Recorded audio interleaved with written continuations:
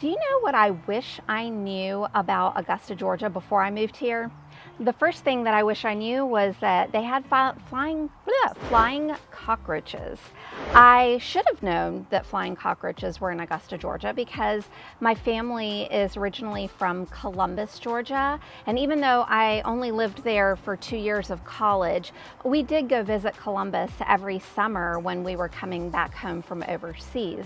And in Columbus, which is about 3.5 hours from Augusta, Georgia, in Columbus, I remember one time I was a younger girl. I think I was maybe late elementary, early middle school. I can't remember exactly how old I was, but we had come home from being overseas and we had flown into the Columbus airport, which was about 5 minutes from my grandma's house. My grandparents lived on the main road and the airport was across the street and down just a little ways. And so our luggage did not arrive with us. And we had made it to my grandparents' house, and then we got the phone call from the airport that our luggage had arrived. And it was at night, it was dark already, which means it was probably after 9 o'clock when we hopped in the car to head over there because it was dark. And in the summer times, usually it stays light until about 8:30-ish or so. So anyway, we get in me, my mom, and my grandmother, we hop into her station wagon, and her station wagon had 3 seats in the very front. So driver, and then I was in the middle with my seatbelt, and then my mom was on the other side of me. And we start driving down the main road to get to the airport, and I kept feeling something like on my leg, and I kept like brushing it off. And then I say something to my mom and grandma. I'm like, "Hey Mimi, like I think there's a bug on my leg." And I look down and it is a huge cockroach, which is probably why I've been traumatized about cockroaches since then. But I was like, "It's a cockroach! Cockroach! Cockroach! Cockroach!" And obviously I get this honestly because my grandmother slammed on the brakes, and I guess she forgot to put it in park and opened her car door and started to hop out. And as she started to hop out, like her leg was on the ground, the station wagon started to continue to roll because it was not in park. And so my mom's screaming at my grandma. She's like, Mama, the car's still moving. You got to put it in park. And so my grandmother doesn't get back in the car. She literally just reaches over, puts it in park, and continues to get out of the car and is standing there like, "Wah!" And then my mom, of course, gets out of the car and she pulls me out of the car, and then we're all like kind of screaming and we're like, the cockroach is still in the car. And I don't remember who got it out or whatever, but it was gotten out of the car. Maybe we just stood there until it flew out. I really don't know. I don't remember. I was pretty traumatized by that. So needless to say, flying cockroaches. We have them here in Augusta as well, and I hate them. If you've seen any of my other videos where I talk about cockroaches, you know that I can handle spiders, I can handle snakes, but I can't stand cockroaches. They freak me out. I think it's because they're sneaky and you don't realize that they get in your house. Anyway, blah. So that's my cockroach story. I wish that I had realized that we had them here in Augusta as well. So if you're a cockroach hater, maybe this isn't the place for you. Of course, we have pest control and you can have them sprayed, but I will say that if you have a lot of pine trees or forests near you and it rains a lot, you're gonna get a flying cockroach in your house because they like to come in where it's dry. It has nothing to do with you being clean or dirty or whatever. It just is what it is. They're called palmetto bugs, I guess officially, but yeah, they're big cockroaches and they're gross. So that's one thing I wish I knew. So what else did I wish that I knew before I moved to Augusta, Georgia? Well, we're gonna get into it and continue the stories right now.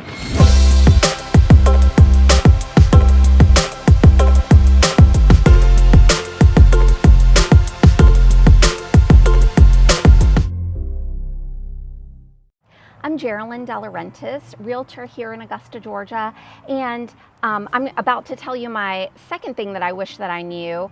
We're also going to talk a little bit about my favorite slang stuff that I've learned over the years of being down here in Augusta, so you'll want to stay tuned to hear all of my favorite slangs, and then I have one in particular that just makes me laugh every time I hear it or I say it. So you'll get that in just a short bit. But second thing that I wish that I knew before moving to Augusta, Georgia is how many people come to this town because of Fort Gordon. I'm sorry, Fort Eisenhower. Fort Gordon was the former name. It's Fort Eisenhower now. But Fort Eisenhower actually brings people in from all over. A lot of people that have lived overseas and have had similar life experiences that I have had. It's given us a really diverse culture here in Augusta. And I wish that I had known that before I moved here, because honestly, it may have made me move here sooner rather than later. When I got out of high school up in Maryland, I moved to Columbus, Georgia to start school, and went to Columbus State University. And maybe when I lived in Maryland, if I had known about the diversity in Augusta and that Fort Eisenhower brought so many people here from different backgrounds and who had had similar experiences that I did from growing up overseas, I may have moved here sooner, because it would have made me more comfortable to meet people who have also traveled overseas and lived overseas. And so when I talk about living overseas, it's not like I'm bragging about being overseas. It's just that was part of my life. I grew up as a third culture kid. And when people ask me, where are you from? I don't even really know how to answer that question. Now, as an adult, and I've been in Augusta for over 20 years, I feel like I'm from Augusta because I've been here the longest. But where was I born? Well, I was born in England. I was 4 years old when we left. So am I really from England? No. But maybe, I lived in Ethiopia, I lived in Honduras, I lived in Guatemala, I lived in Thailand.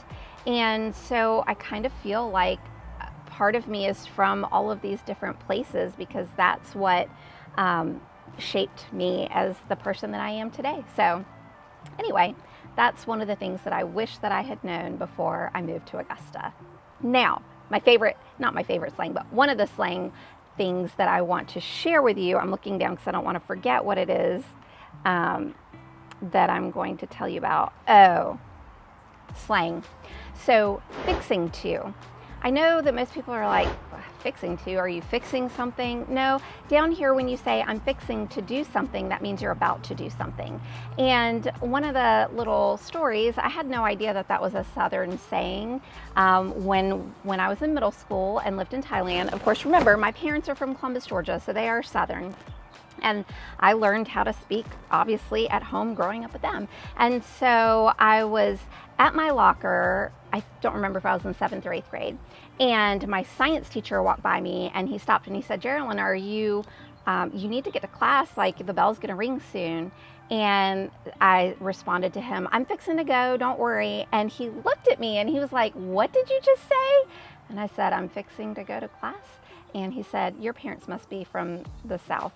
And I had no idea how he knew that, but I said yes. And he said, fixing to is not really the way you say it. You say, I'm about to go to class. And so that's when I learned that fixing to was not what people said all over the place. That was just a Southern slang word, saying whatever. Another thing I wish I knew. I wish I knew that it was so hot and humid in Augusta. You know, even though I did live in Columbus for a short bit and that we always visited their home, and that is part of Georgia, it's in a different part of Georgia. Augusta is closer up north and to the east. And so I just didn't really realize that it's still very hot and humid here in Augusta, and that summer really lasts a long time.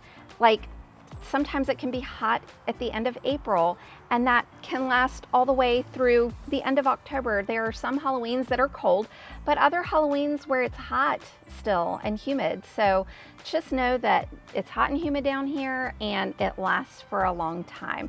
So if hot and humid sounds terrible to you, you may want to think about another area to move to. If you prefer cold, then Augusta is definitely not for you, because it gets colder in the winter months, but it's not like, you know, below freezing cold. Usually it may drop below freezing in the middle of the night, a handful of nights in all of winter. Does it snow here? It snowed here maybe a handful of times in the 20 years I've been here, and that snow was a dusting. Everybody freaked out, everything shut down, everyone bought all the bread, milk, and eggs. I can't tell you why. But yeah, so snow, cold, not Augusta. Hot, humid, yes, Augusta. The next slang that I want to tell you about is, hold on, I'm looking down so I don't forget the difference between a cookout and a barbecue. You don't call something a barbecue down here unless you're actually taking a slab of meat, you're putting barbecue rub on it or slathering it in barbecue sauce and cooking it on the grill. It's a big to-do. If you're just cooking hot dogs and hamburgers, that's just a cookout. That's not a barbecue. So know the difference between cookout and barbecue. To some people it matters. To me, you can call it whatever you want. You can call it barbecue, cookout, but people take their barbecue seriously, so don't call a cookout a barbecue. Now, I'm also going to talk about what some of my friends wish that they knew before they moved down here. Some of my friends wish that they knew that we had snakes and scorpions down here. They didn't quite realize it because no one really talks about it, I guess. You just assume that people know that we have snakes down here and scorpions. I didn't know we had scorpions down here, in all fairness. I didn't know that until actually after I was in real estate and I went and showed a vacant house way out in the country, and there was a dead scorpion on the carpet in the living room, and I was like, oh, I didn't even know we had scorpions here. However, we actually have scorpions here, like in Augusta, apparently. I sold a home out in Grovetown, which is not far from Augusta, 15-20 minutes, and in a neighborhood, an established neighborhood, and my past client texted me and was like, you aren't gonna believe this, but we had a scorpion running through our living room and it almost stung one of my children. And I was like, what? And apparently she had a second scorpion that was in the house. And so she had to call pest control to come out and spray and all of that stuff. I honestly thought that scorpions were just out in the country around here. I didn't realize that we had them like in here in town as well. So something I learned. And then snakes, I mean, oh my gosh, you guys. So one of my friends had a snake in her backyard and she was like, oh, I wonder what kind of snake that is. And so she got up real close and took a picture of it and then posted it on social media and was like, hey, what kind of snake is this? And everyone was like, oh my God, that's a copperhead. Please don't get that close to it. And freaked her out. She just had no idea that it was a poisonous snake. And so luckily she didn't get bitten or anything like that. Everything was fine. Could have been way worse, but just know that we do have poisonous snakes and non-poisonous snakes down here. You just need to be aware and be watchful and mindful of where you're stepping, where you're going.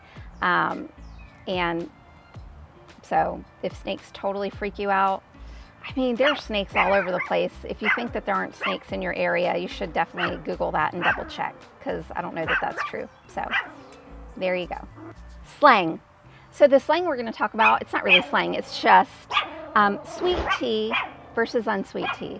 So down here in the South, sweet tea is not made by just taking unsweet tea and adding some sugar to it. Like when you're at the restaurant, it's already cold and you're adding some sugar. That is not sweet tea. Sweet tea you make by making hot tea and you add the sugar to it while the tea is still hot, so it dissolves all in the tea, and then you put it in the fridge and cool it down. And that is sweet tea. I know you're like, what's the difference? It is absolutely different. So when you come down here, if you just ask for tea, they're probably going to assume you mean sweet tea. And so if you don't want sweet tea, you definitely need to ask for unsweet tea. And that is just one of the things down here. Some of my friends wish that they knew that there was so much traffic in Grovetown. And for me, it's kind of grown over the years, so I didn't really realize it until over the last couple of years going into Grovetown. The traffic was a hot mess. We had a ton of new construction happening in Grovetown, still happening in Grovetown, and they just did not prepare the infrastructure to handle that kind of traffic. And so they've worked on it. It's better. They've just finished doing a whole thing at one of the exits off of I-20, and that has definitely relieved some of the traffic, but I still try and avoid that area during rush hour times. So, you know, I try and let people know if they're looking in the Grovetown area. I tell them to drive out there during rush hour. If that traffic doesn't bother them, cool. If that traffic seems like a nightmare, like, let's look in a different area for a house, because I don't want you to buy a house and then be really frustrated that you have a 30 or 45 minute commute when you were expecting it to be 20 minutes. So always try and talk about those kinds of things. Slang. Down here, you call a shopping cart a buggy. So if you hear someone refer to getting a buggy while you go to the grocery store and you're like, what are you talking about? They're talking about a shopping cart. So shopping cart equals buggy. I don't use the term buggy. I still say shopping cart, but I have a ton of friends who refer to a shopping cart as a buggy. So there you go, slang. So something that both my friends and I wish that we knew before moving to Augusta, Georgia, is that down here, people take their manners very seriously, so much so that they enroll their children in something called social classes. It's called social. And they're classes designed to help you learn how to have manners, table manners. They do partner dancing. They do just business etiquette and etiquette in general, which that's cool, but they are like so serious. Old school Augustans and some other people will pair their children up like in elementary school before social classes even begin. I think they begin in 7th grade maybe. I can't remember exactly. Obviously, I've been here 20 years. I have 2 children. I've never felt the need to enroll them in social classes. So don't feel like you would be pressured into doing it. Just know that that's a huge thing down here. But I'm good with teaching my kids table manners and etiquette and have manners with people in general. I don't think it's necessary to enroll them in etiquette classes. If you don't want to, don't feel the pressure to do that. I haven't, and my kids are just fine, and they know how to use the proper forks and knives and to be, with good manners at the table and with other people. Now, this isn't necessarily slang, but this is just something that maybe you should know about moving down to the South. We eat grits down here. And a lot of Northerners compare grits to cream of wheat. And cream of wheat, I have also eaten that because my grandfather was from Washington State. And so we did have cream of wheat on occasion. My mom would cook it for us. Cream of wheat, we always cooked and we put sugary stuff in it, like maple syrup to sweeten it a little bit, or a little bit of sugar or brown sugar. Totally cool. Grits, on the other hand, you do not put sugar in grits. Grits is a corn base, and it's kind of like polenta, and you put salt and pepper in your grits, or you serve them with eggs. Eggs, grits. Eggs and grits. Salt and pepper. So if you are not a grit fan because you've never had it cooked properly, if someone's put sugar in your grits and let you eat grits with sugar, that's disgusting. So just know that grits is a savory breakfast, not a sweet breakfast. Something else that I wish that I knew before I moved to Augusta, and my friends also wish that they knew, that Georgia is SEC football is a huge thing down here, college football. The University of Georgia Bulldogs, the Gamecocks, South Carolina Gamecocks, I think that's University of South Carolina, Auburn, Alabama, University of Alabama, Clemson from South Carolina, Clemson Tigers. In the fall, when football starts, college football starts, don't plan anything. Football.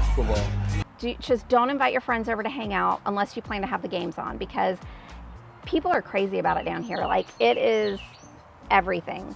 If you host a game night, they'll come because they're going to know that they're going to be able to watch the game. But they have like fantasy football leagues and all kinds of stuff like that.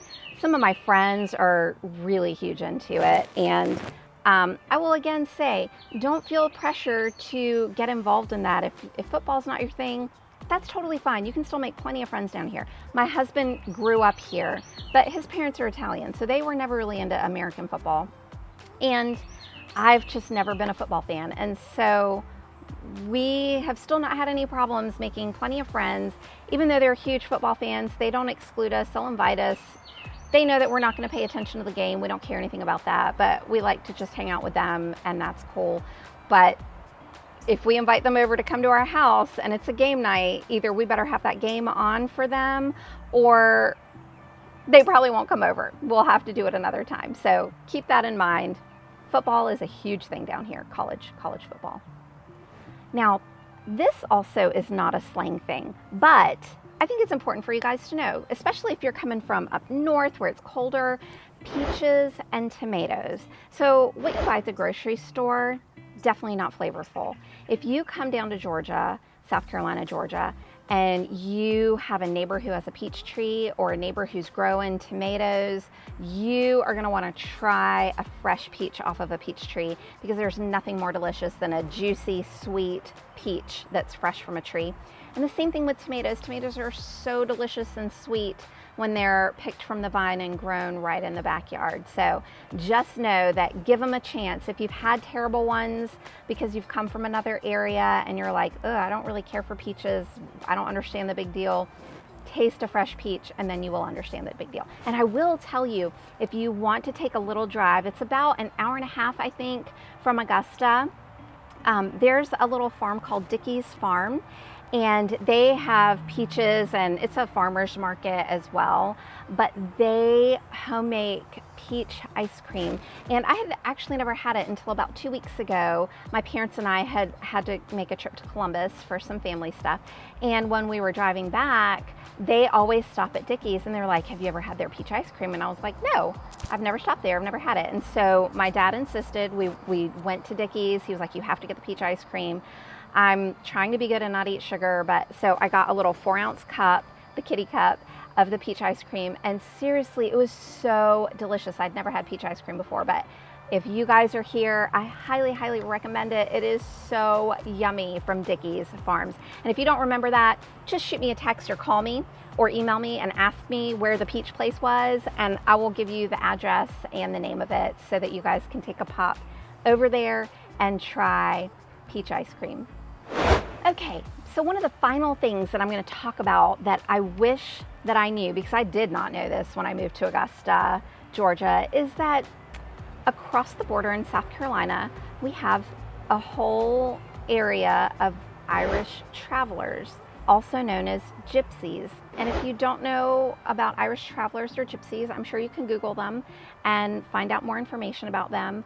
It's very interesting, but when I worked at the knife shop that we had here, I used to work at a knife and cigar store, and so I know all about knives. If you are curious about different types of steel and all of that, I know all of that kind of stuff.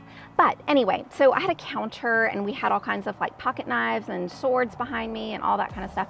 Well, the Irish traveler men would come in. Scotch or Irish? Irish. And they'd come in like with a group of them, and they'd want me to take out all of the knives, but my boss had warned me, which I know is crazy, but he warned me about them. He was like, listen, you're gonna know it. They like have a weird speech. They kind of have their own language a little bit, and you can't really understand it. But anyway, so he said that if I ever had like a group of guys come into the store and want me to take out a bunch of knives all at a time to look at, not to do it, to make sure that I only took one knife out at a time to show them as our store policy.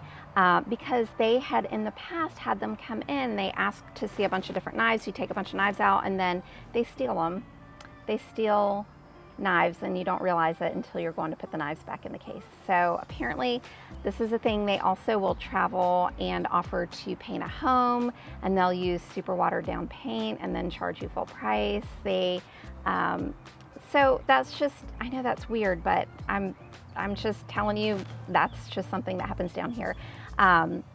My friend, my coworker I worked with for many years, her sister was a principal at one of the elementary schools, and she would tell us stories about how they would go through elementary and then they wouldn't send them to middle school. They would keep them home because they married their children very, very young, like not teenagers yet, married them young, and they have a whole, not ritual, that's not the right word, but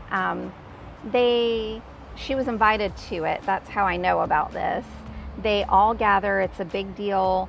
They kind of parade the girls around, and the families pick out which girls are going to marry their sons.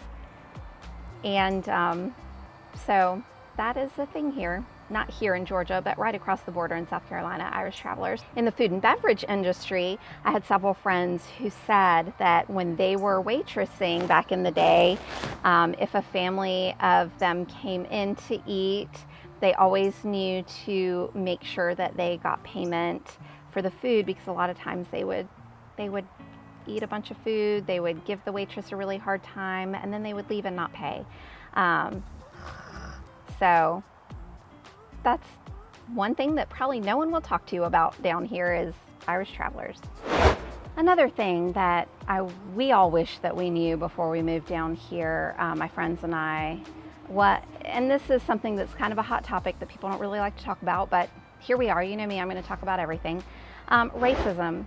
So we do have racism here in Augusta. Now, it's not prevalent like some other areas where it is much more prevalent, but I have two past clients who have had direct experiences with people being racist against them, and honestly it broke my heart when I heard about them.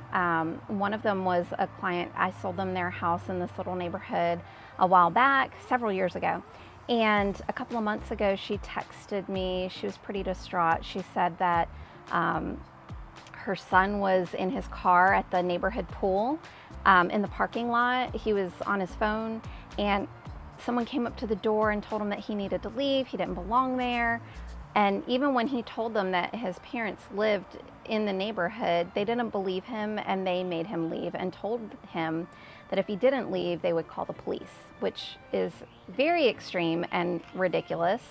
I felt terrible for her and her husband and her family. I sent them flowers. I told them that I hoped that they knew that not everyone was that way. And so that was really just a terrible incident. And then another one of my friends several years ago, her and her husband have 5 children, I believe. And when she was pregnant with the 5th child, her husband actually had to go overseas and do a tour overseas without her. So she was here by herself with 4 children and pregnant. She found out that she had cancer while she was pregnant, which is crazy. Luckily, they were able to save the baby. She had the baby was fine. She went through her treatments after that, and then she was in remission. She was fine. She's dealing with all of this without any help. They didn't have family here, and of course her husband's overseas. And so when her baby was a little bit older, like toddler, walking around, her oldest child was unloading the dishwasher, and the toddler came in there and grabbed a sharp knife and cut his hand, and so she had to rush him to the emergency room. Well, at the emergency room, the nurses were basically telling her that she was a terrible mom, that she was neglecting her children, and that they were going to call defects on her. And now, if you don't have children, maybe you don't understand this, and that's okay, but I will tell you, as a parent, you can be in the same room with them and something can happen in 2 seconds. And so it's not that you're neglecting your child, it's just that things happen, accidents happen. And for them to basically accuse her of neglecting her children and, threatening to call defects, it's a little bit extreme. It was definitely uncalled for. And she said that she absolutely felt like it was because she was Black, and they were not, and she felt very judged by them. And she's a phenomenal mom. She's an amazing woman, and it again broke my heart to hear that is happening right here in Augusta. So unfortunately, that's something that I wish didn't exist anymore, but obviously it still does. One more thing that's not necessarily slang, but it's something that people say down here is yes ma'am and yes sir, or no ma'am and no sir. Sir and ma'am are not because they think you're old. It is literally just good manners down here. I say yes ma'am and yes sir to 18-year-olds or to teenagers. To my sons, I say yes sir and no sir, and they say it to me, and it's just good manners down here. It has nothing to do with age. And so just know that if someone ma'ams you or sirs you, it's not because they think you're old, it's just them being respectful. If you're considering moving to this area, I would love for you to reach out to me. We can have a conversation about things. Obviously, you have my list of what I wish I knew and what my friends wish they knew before we moved to Augusta, Georgia. But maybe you have some things that you're thinking about that I didn't answer in this, and you want to know if it's something that you need to know before you move here.